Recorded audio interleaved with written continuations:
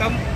மகிழ்ச்சி அறக்கட்டளையின் மகிழ்ச்சி தினசரி உணவு திட்டத்தில் இன்று பேரம்பாக்கத்தைச் சேர்ந்த தேவி அம்மாள் அவர்களின் 15ஆம் ஆண்டு நினைவு தினத்தை முன்னிட்டு இன்று உணவு வழங்கப்படுகிறது. அவர்கள் குடும்பத்தார்கள் எனது நெஞ்சார்ந்த நன்றிகளை தெரிவித்துக்